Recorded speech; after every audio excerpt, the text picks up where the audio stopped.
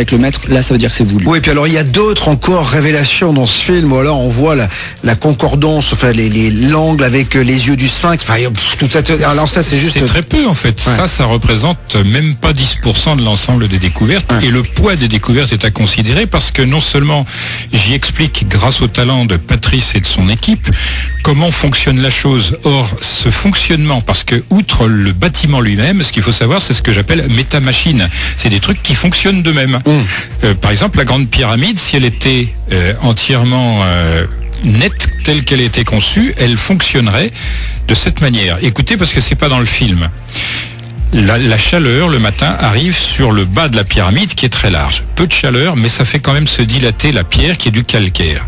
Le soleil monte et la chaleur s'amplifie et la pierre se contracte de plus en plus. C'est-à-dire le gradient de contraction s'élève jusqu'à passer au sommet et diminuer proportionnellement.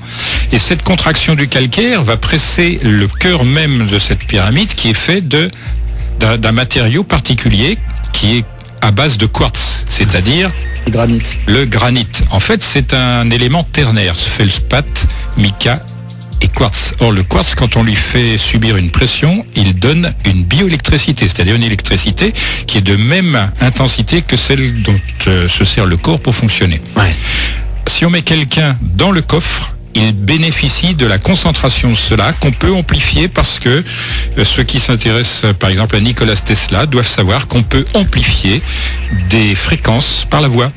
Parce que tu parles, Jacques, d'électricité. On a, semble-t-il aussi, jamais retrouvé de traces de suie. Effectivement, Oui, c'est un dans autre les tombeaux, aspect, etc.